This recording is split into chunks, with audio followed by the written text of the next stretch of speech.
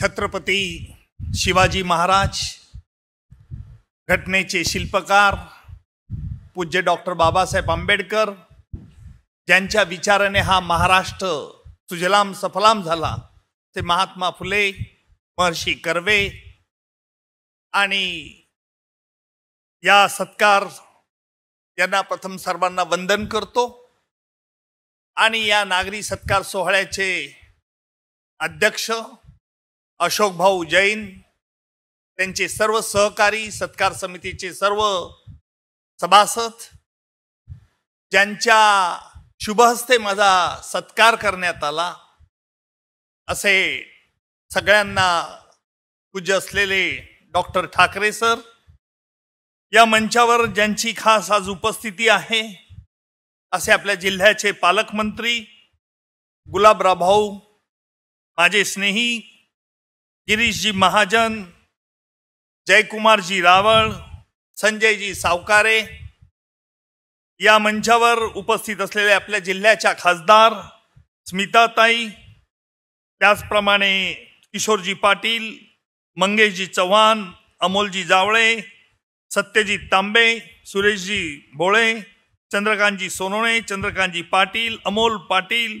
इतर सर्व सन्मान्य, त्याचप्रमाणे आपले जिल्ह्याचे लोकप्रिय जिल्हाधिकारी आयुषजी, त्याचप्रमाणे जिल्हा पोलीस अधीक्षक श्री महेश्वरजी, त्याचप्रमाणे जिल्हा परिषदेच्या सीओ श्रीमती मिनलजी, आयुक्त महानगरपालिकेचे प्रशासक ज्ञानेश्वरजी ढेरे, आणि उपस्थित बंधू भगिनींनो, खरोखर मी आज काय बोलावं हा माझ्या पुढे महत्वाचा प्रश्न आहे।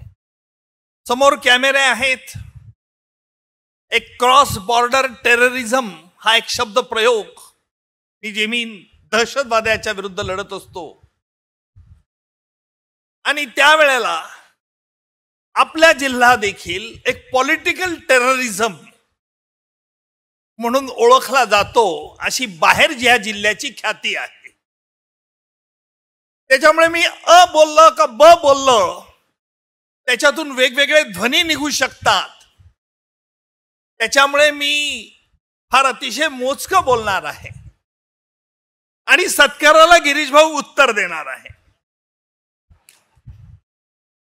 या जिल्ह्यात मध्ये मी अनेक वर्षापासून 1987 पासून तर 93 पर्यंत जिल्हा सरकारी वकील म्हणून सतत काम करत होतो। सरकार आलीत, सरकार गेलीत, मी मात्र जिल्हा सरकारी वकील राहिलो। गिरीशजी म्हणाले त्या तथ्यांश असेलही, परंतु एक गोष्ट मात्र खरी की त्यानंतर देखील 1993च्या मुंबई बॉम्बस्फोट खटल्याच्या निमित्ताने मुंबईला गेलो, परंतु जळगावची कास कधी सोडली नाही। आणि आजही मला संपूर्ण देशामध्ये हा जळगावकर आहे हे ओळखलं जातं, याचं मला देखील अत्यंत आनंद आहे। आणि म्हणून हा सत्कार फक्त माझा नाही, तर प्रत्येक जळगावकरांचा हा सत्कार आहे असं मी मानतो। आज सकाळीच मला नाथाभाऊंचाही फोन आला। नाथाभाऊंनी सांगितलं की मी येऊ शकत नाही काही अपरिहार्य कारणामुळे। रक्षाताई मला परवाच पार्लमेंटमध्ये भेटल्या, लोकसभेच्या त्या सभासद आहेत। मी राज्यसभेची शपथ घेतली आणि राज्यसभेमध्येच येऊन मला त्यांनी माझं अभिनंदन केलं।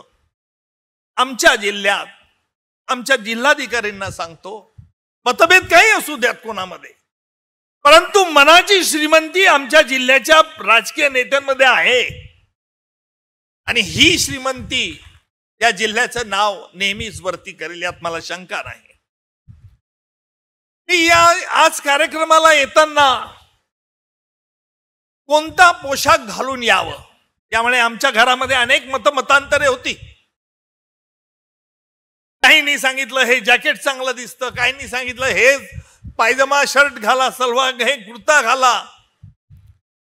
मी त्या प्रकारचा ड्रेस जर परिधान केला असता तर त्यातून आज माझ्याबद्दल जे भाष्य करण्यात आलं की उज्ज्वल निकम तुम्ही अमुक व्हाल तमुक व्हाल, त्याला आणखी निष्कारण फाटे फुटले असते आणि म्हणून मी मुद्दामून सूट घालून आलो, कारण मी माझं जे लाइकिंग आहे त्यापासून मी दूर जाणार नाही, ही सगळ्यांना ग्वाही देतो.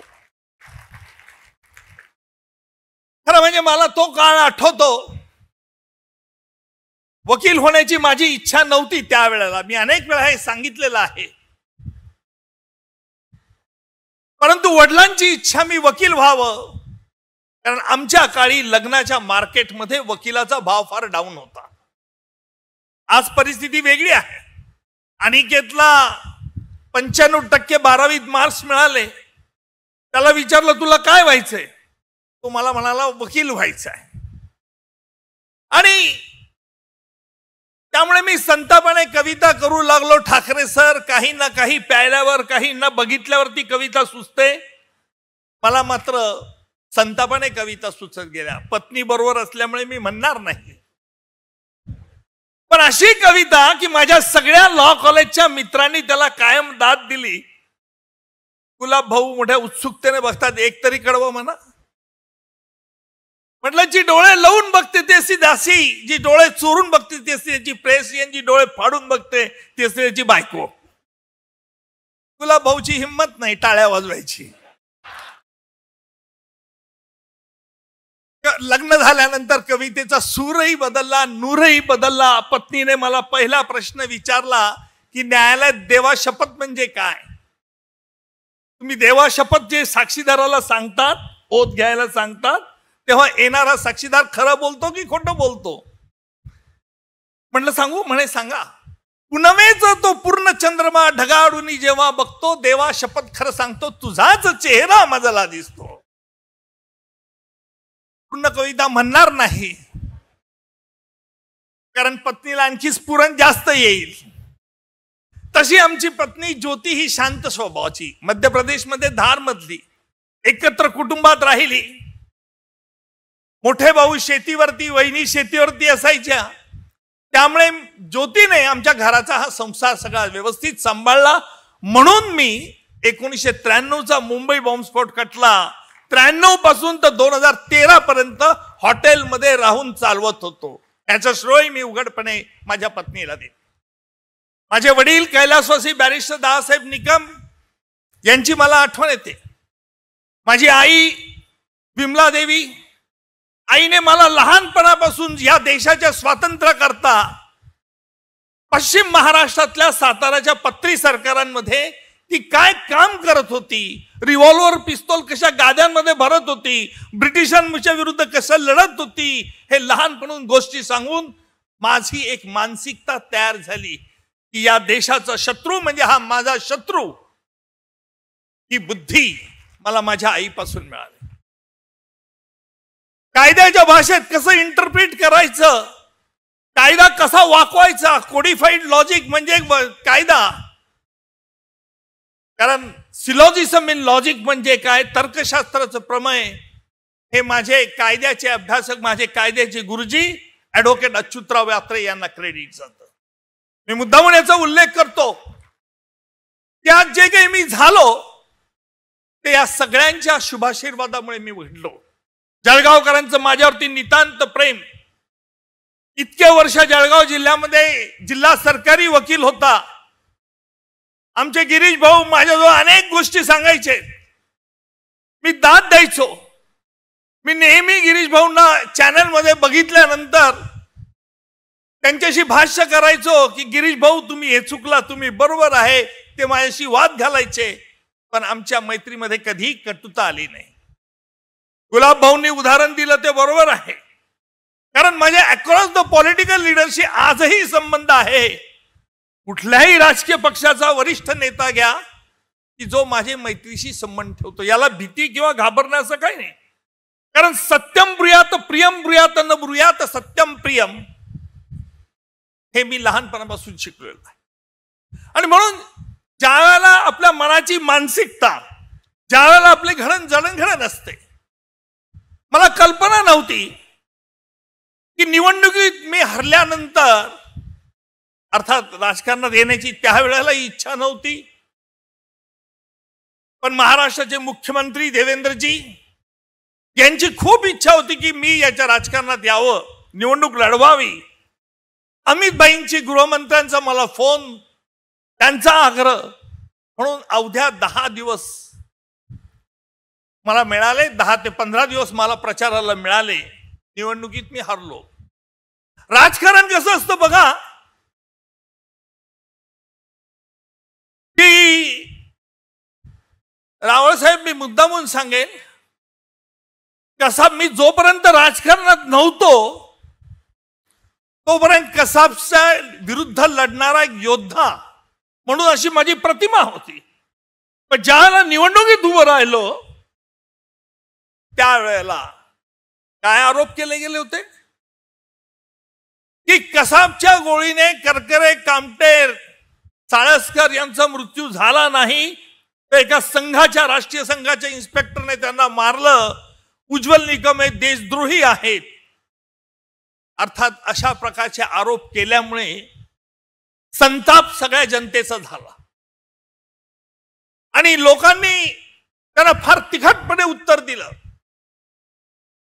सुरुवातीच्या काळात मी थोडं दुःख वाटलं, वाईट वाटलं की असेही आरोप राजकारणात होऊ शकतात, परंतु मी व्यथित झालो नाही. माझ्या पराभवामुळे काही ना आनंद झाला. काव्याच्या भाषेत बोलायचं असेल तर जरी मी निवडणूक हरलो होतो तरी विजलो नव्हतो. जरी मी निवडणुकीत हरलो होतो तरी विजलो नव्हतो. हा माझा अंत नव्हता हे त्या बिचारांना कळलेच नाही. हा माझा अंत नव्हता हे त्या बिचारांना कळलेच नाही. पेटून उठलो नव्या उमेदीने, नव्या दमाने असुरांशी लढायला, हे त्या पामरांना, कारण पेटून उठलो नव्या उमेदीने, नव्या दमाने त्या असुरांशी लढायला, कारण माझे हे जळगावचे सामर्थ्य नाशवंत नाही हे त्या पामरांना कल्पनाच नाही. ज्या वेळेला, परवाच्या वेळेला मी राज्यसभेमध्ये ओथ घेतली, शपथ घेतली, अत्यंत गांभीर्यपूर्वक ही शपथ घेतली. मला ही कल्पना होती की या हाऊसमध्ये अनेक राजकीय पक्षाचे दिग्गज बसलेले आहेत. प्रत्येकाचं लक्ष माझ्याकडे होतं की मी काय बोलतो, कशा रीतीने चालतो.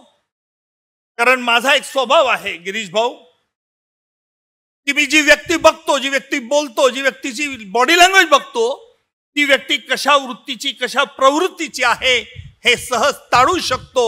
याला रामदेव बाबाची योग विद्या लागत नाही, पण हा एक आत्मविश्वास लागतो. आणि म्हणून ज्यावेळेला मी शपथ घेतली, शपथ झाल्यानंतर मला अतिशय सांगायला आनंद होईल आपल्या सगळ्या जळगावकरांना की प्रत्येकाने माझं व्यक्तिशः तिथे अभिनंदन केलं. उज्ज्वल जी, हमने आपका नाम सुना है, हमें बहुत खुशी हुई. हे करत असताना मला माझ्यावरती असलेल्या जबाबदारीची पण जाणीव झाली. लोकांच्या अपेक्षा मोठ्या आहेत, या अपेक्षांची पूर्तता करायची आहे. आणि आजचा हा सत्कार समारंभ याची मला ऊर्जा देईल यात मला शंका नाही. आणि म्हणून ज्या तडफेने, ज्या उमेदीने आज तुम्ही इथे आलेला आहात, एअर कंडिशन चालू नसताना देखील, उकाडा असह्य होत असताना देखील तुम्ही शांततेने बघत आहात, ऐकत आहात, हे माझ्याकरता फार मोठं आहे.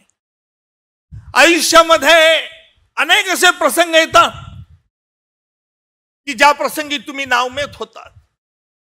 मला कळत नव्हतं पहिल्या दिवशी शपथ घेतल्यानंतर कोणाला भेटायचं. म्हटलं चला लेट अस ट्राय.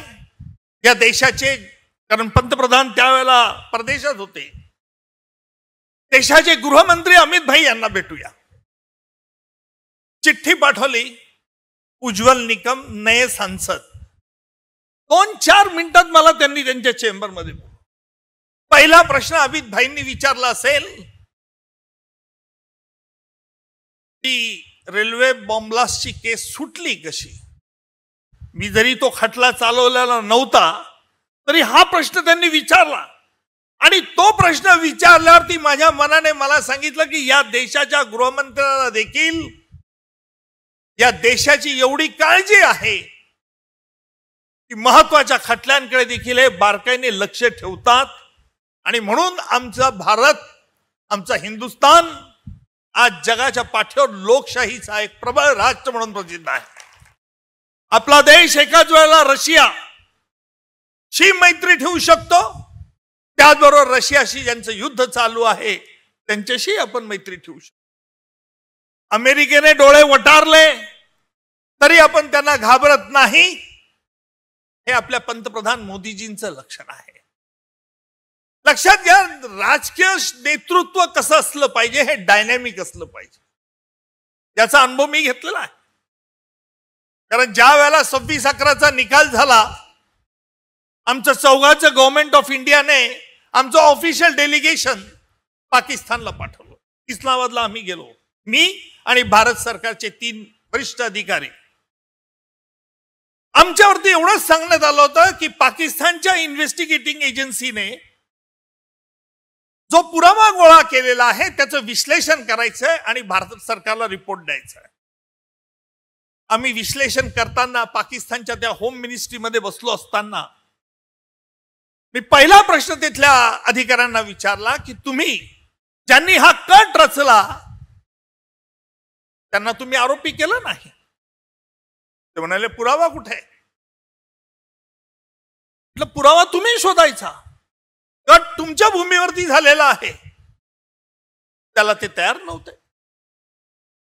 लक्षात घ्या, पाकिस्तान मधला सामान्य नागरिकाला आपल्या देशाविषयी प्रेम आहे, परंतु पाकिस्तान मधील जे लष्करी अधिकारी आहेत, जे कुटील कारवाया करतात, त्यांना आपल्याबद्दल द्वेष आहे.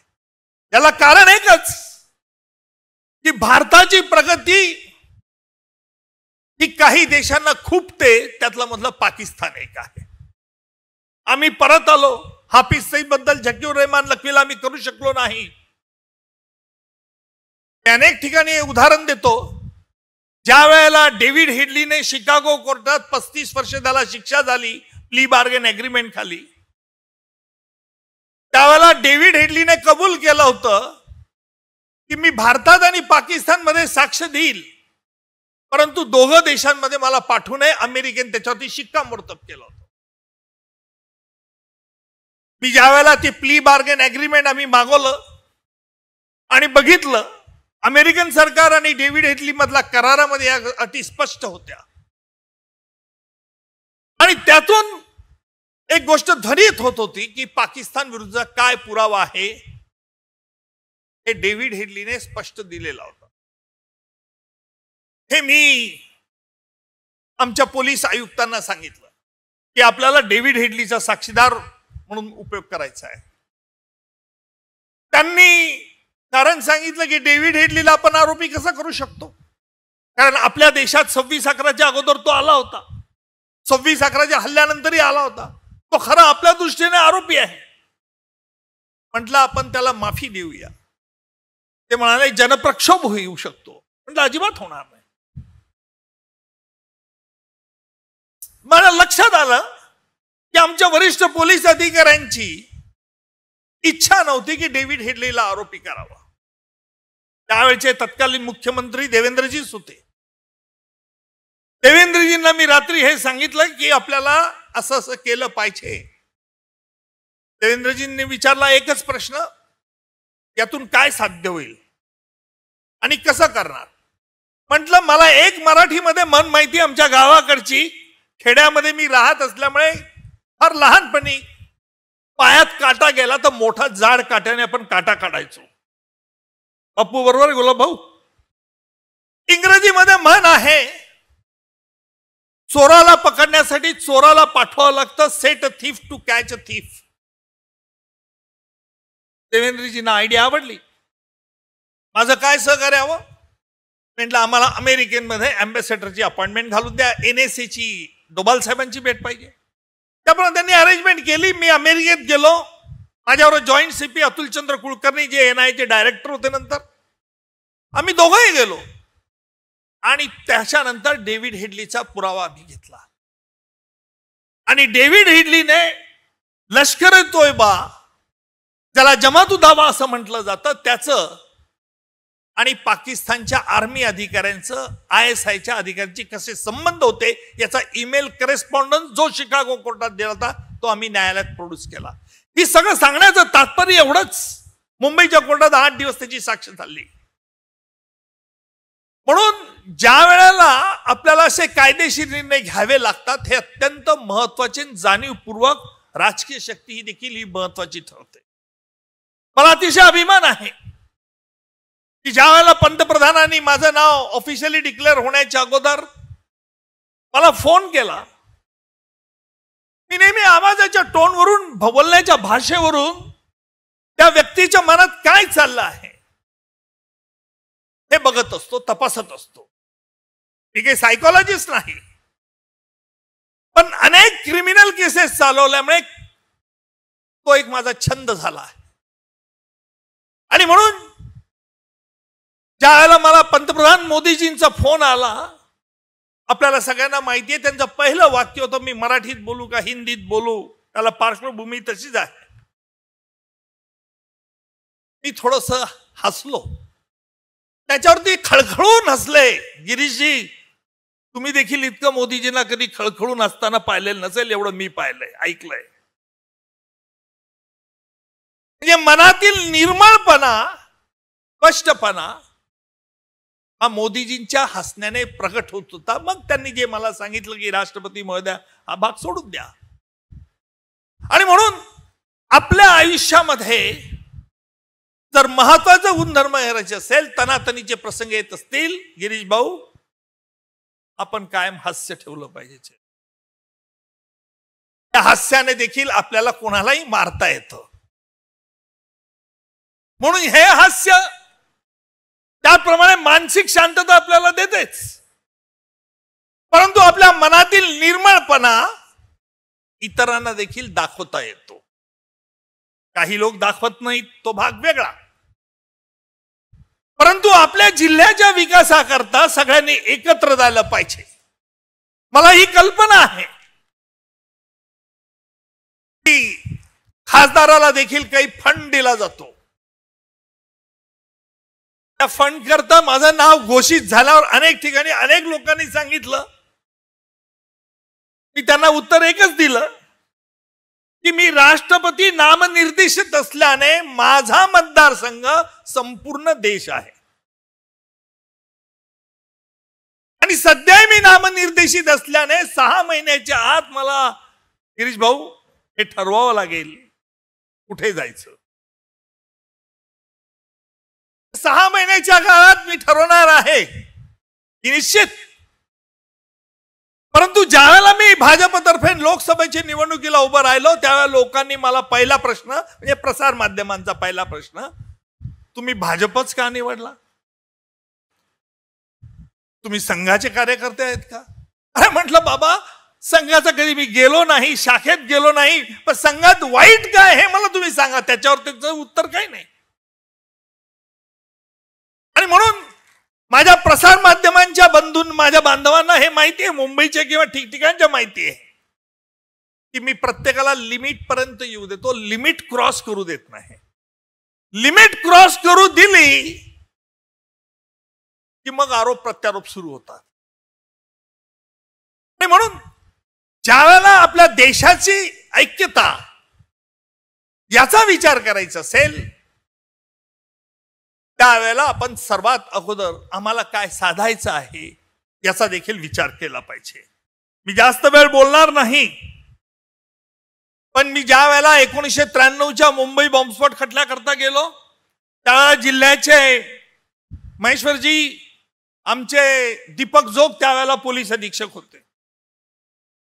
दीपक जोग संध्याकाळी बसलो असताना घरी आले आणि म्हणे मुंबईला आपल्याला बोलवलंय. म्हटलं मुंबईला? हो म्हणे, बॉम्बस्फोट खटला आपल्याला चालवण्याकरता. माझ्या मनात आलं मुंबईला जायचं आपण.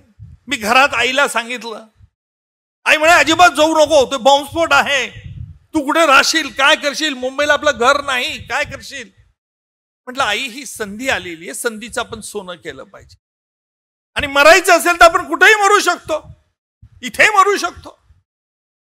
दीपक जोगना मी म्हटलं कधी जायचंय, ते म्हणे तुम्हाला आजच्या आज रात्री निघायचं असं जॉईंट सीपी MN सिंग आणि साम्राजी कमिशनर त्यांचं म्हणणं आहे. मनात आलं मीच का आणि जळगावचाच का. लक्षात घ्या आपल्या जळगावचा सुगंध इतका आहे की मग त्याप्रमाणे मी मुंबईला गेलो. मनात एक शंका आली, माझं शिक्षण मराठी शाळेत झालेलं, मुंबईला मोठमोठे दिग्गज वकील असतील आणि ज्या वेळेला त्यांच्याशी त्या इंग्रजी पद्धतीने बोलू शकेल का. पण मला एक खात्री होती मी व्याकरणदृष्ट्या इंग्रजी शुद्ध बोलेल, कलोक्वियल इंग्लिश ते बोलतील, मी विचार करून बोलेल. फरक एवढाच राहील, फारसा फरक असणार नाही. माझी नात अहिल्या आणि नातू अरिंजय हे आजही मी इंग्लिश बोलायला लागलो की माझी इंग्लिश मध्ये बोलत नाही, कारण त्यांना वाटतं या आजोबांचं इंग्लिश कच्चंच आहे. परंतु it is not the knowledge of the language which face success, it is the knowledge of the law that face success. हा मंत्र त्या लहान बालकांना काय कळणार. मुंबईला गेल्यावरती सगळ्यांचे चेहरे आविर्भाव एकदम वेगळे होते. ये कौन लाया गाव से. मी आणि राकेश मारिया त्यावेळेला DCP होते. मी आणि राकेश मारिया आम्ही दोघं चाललो होतो, चार्जशीट दाखल केलं होतं. समोरून हे 10-12 ते फ्लॅश गन वाले, त्यावेळेला कॅमेरावाले होते, इलेक्ट्रॉनिक त्यावेळेला चॅनल नव्हते. 25-30 कॅमेरा फ्लॅश गन होत होत्या, लखलखत होत्या. त्यावेळेला मला वाटलं की मी या देशाचा पंतप्रधान तर नाही, कारण ते नवीन, मला सर्व काही नवीन होतं, अकल्पित होतं. एकाने मुद्दा म्हणून खवचटपणे मला प्रश्न विचारला की आप जलगाव के. त्या प्रश्नातल्या खवचटपणाची धार माझ्या लक्षात आली होती. मी त्याला उत्तर दिलं, मत पूछो हम किस गांव के हैं, मत पूछो हम किस गांव के हैं, मजदार के रहने वाले तूफान से खेला करते हैं. मत पूछो किस गांव के, मजदार के रहने वाले तूफान से खेला खेलते हैं. जब दर्द आलोब की शोले सी दिल की छलनी होती है, मौत भी हमसे डरती है. हा वाढत गेला. माझ्या लक्षात आलं कोणाला कसं नियंत्रित करावं, कारण मी लॉजिक वरती विश्वास ठेवणार आहे. तर्कशास्त्र हे फार महत्वाचं असतं. न्यायालयात देखील तेच काम उपयोगी येत असतं. तर्कशास्त्राच्या प्रमेयामुळेच आपण काही अनुकरण अनुमान बांधू शकतो. आणि म्हणून त्या ज्या वेळेला असे काही कठीण प्रसंग आले, महाराष्ट्रातून अनेक विविध खटले चालवण्याविषयी मला सरकारतर्फे सांगण्यात आलं. मी गमतीने माझ्या मित्रांना म्हणत असे, मी महाराष्ट्र सरकारचं अँटीबायोटिक आहे. जिथे जिथे महाराष्ट्र सरकारला वाटेल की उपोषण किंवा एखाद्या खटल्याच्या निमित्ताने ती गंभीरता नष्ट होईल आणि उज्ज्वल निकमाची मागणी होईल, त्यावेळेला आपण उज्ज्वल निकमाला नेमून टाकू, असं हे सूत्र समीकरण तयार केलं होतं. आणि याला कारण म्हणजे तुमचं सगळ्यांचं माझ्यावरती असलेलं प्रेम. आणि म्हणून जाता जाता मी एवढंच सांगेल की या सत्कार समारंभाने मला निश्चित एक नवीन ऊर्जा, नवीन ताकद तर मिळाली आहेच. माझा रोल, दोन्ही रोल असतील. एक राज्यसभेमधला रोल असेल काम करण्याचा, आणि या माझ्या व्यवसायाशी निगडीत असलेला रोल देखील असेल. परंतु जाता जाता एवढंच म्हणेल कि हमें मिटा सके ये जमाने में दम नहीं, हमें मिटा सके ये जमाने में दम नहीं, जमाना हमारा है, जमाने से हम नहीं. एवढं बोलून मी आपली रजा घेण्याच्या अगोदर एवढंच सांगेल कि ना रुपए की खान चाहिए, ना सम्मान चाहिए, याद करे मुझे हर कोई, ये मेरी पहचान चाहिए. जीवन मरण किससे छुटता है, जीवन मरण किससे छुटता है, पूर्व कर्म का फल है, फिर भी जीने में कुछ जान चाहिए, मरने में भी कुछ शान चाहिए. जय हिंद, जय भारत. घ्या परदेशात भरारी, तेही सर्वसामान्यांना परवडणारी. 1 रुपया भरा आणि थायलंड मध्ये फिरा. सचिन इंटरनॅशनल घेऊन आले आहेत जगातली सर्वात स्वस्त परदेश टूर. पूर्ण 5 दिवसांचं पॅकेज आता फक्त 32,999 रुपयांमध्ये. पॅकेज मध्ये विमान प्रवास, हॉटेल, ब्रेकफास्ट, ट्रान्सपोर्ट आणि प्रेक्षणीय स्थळे. सचिन इंटरनॅशनल 18 वर्षांपासून पर्यटन क्षेत्रातील एक विश्वसनीय नाव. सचिन इंटरनॅशनल सोबत मनसोक्त फिरा. संपर्क 7767989898.